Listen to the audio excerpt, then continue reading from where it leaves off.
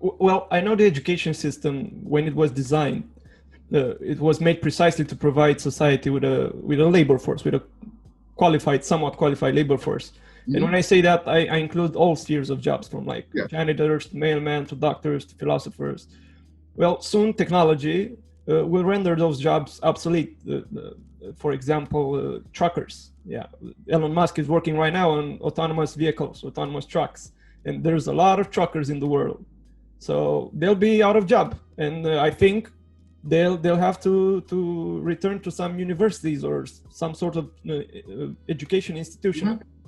So, well, usually people argue that, like in the days of the industrial revolutions, the jobs that were lost were somewhat recovered by the jobs that were created. But I don't know if this will be the case again in our technology industrial revolution sort of stuff.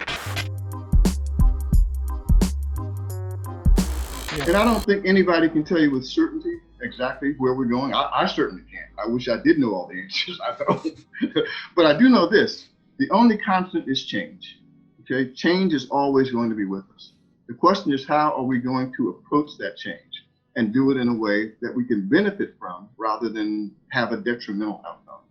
There's a story I'm in the US, of course. So there's a story in the news today about the tremendous impact that our current president is putting on climate change, all right? So this is a reality that we all face no matter where we are, all right? So what he's talking about is green energy investment, all right? And so that means that people who used to be engaged in fossil fuels, you know, oil and gas and so forth, he's saying, let's find a way to transition those workers into green energy jobs, all right? So that they're still employed, obviously, but they're doing something that is beneficial to their fellow citizens in their community and around the world. And that's the approach we want to bring to the institution.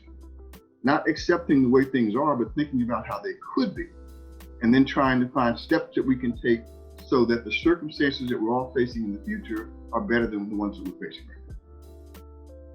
So is there anything that you're thinking right now of implementing in the Danubius University, thinking forward about this possible future where countless people lose their jobs? And there's I see an opportunity for universities to adapt to a sort of professional reconversion of people who might lose those jobs. I just want to say a couple things. Number one, you made a reference before to universities preparing professionals and so forth. And that's historically what they have done. But if you look at some of the things I've written over the years, I've been very critical of institutions, because my sense is that they have served the function of creating opportunities for people who already have opportunities, all right? Correct. They've essentially served the folks who are already in elite status positions. And so we have to be broader than that. We have to look at ways in which we can be more inclusive. We have to look at ways we can bring in people who haven't then had a favorite spot in society.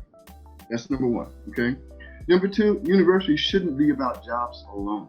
Of course, we want to make sure that people are appropriately prepared to take care of themselves and be employed and so forth.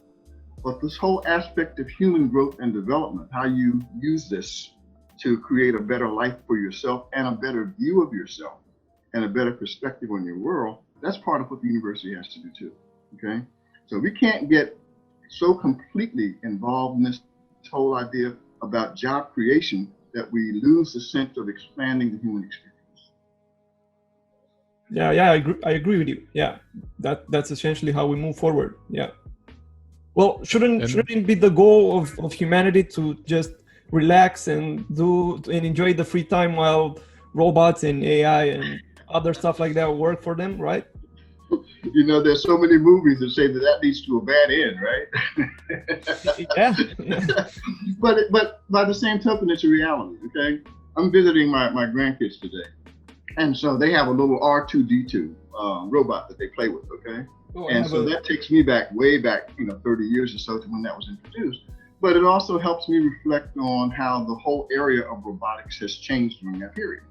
So now it's a given that we're going to have robots and that they're going to serve some functions that normally humans would serve, okay? That also means some people are going to be displaced in terms of their profession.